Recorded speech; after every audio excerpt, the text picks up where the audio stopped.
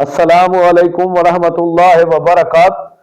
Second year Urdu کے طلباء، میں ڈاکٹر سعید عاصم آپ سے مخاطب ہوں۔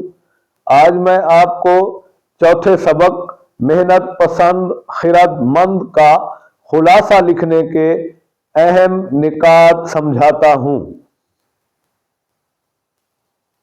نمبر 1، ماضی، حال اور استقبال پر نظر رکھنے والے لوگوں کی روایت۔ 2، تمام اولاد آدم کی مسرت عام اور بے فکری مدام میں گزر بسر۔ 3، خسرو آرام، رحم دل اور فرشتہ مقام بادشاہ کی بادشاہی۔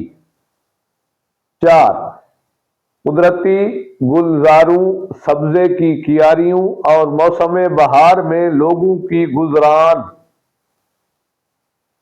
5، سیدھے سادے کھانے، جنگلوں کی پیداواریں اور قدرتی غذائیں۔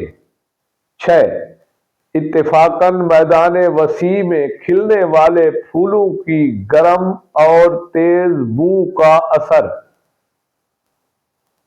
7، فریب کے جاسوسوں اور سینہ زوری کے شیاطین کی آمد۔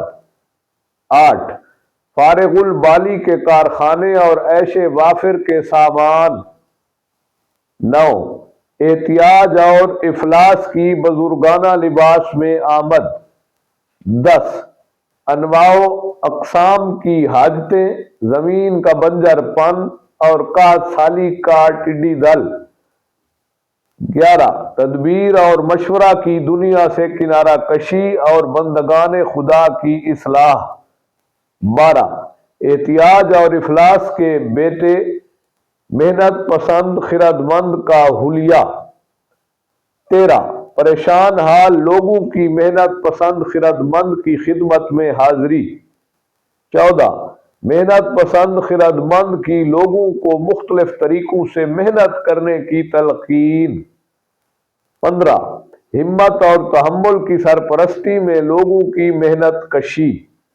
16، لوگوں کی محنت سے عالم صورت کا چند روز میں نیا رنگ ڈھنگ۔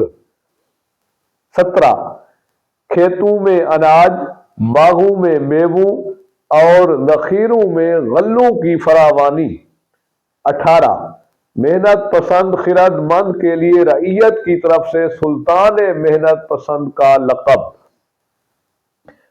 عزیز طلباء، یہ ایسے اہم نکات ہیں جن کی مختصر وضاحت کر کے آپ اس سبق کا معیاری خلاصہ لکھنے میں کامیاب ہو سکتے ہیں۔ امید ہے آج کی ویڈیو آپ کو پسند آئی ہوگی۔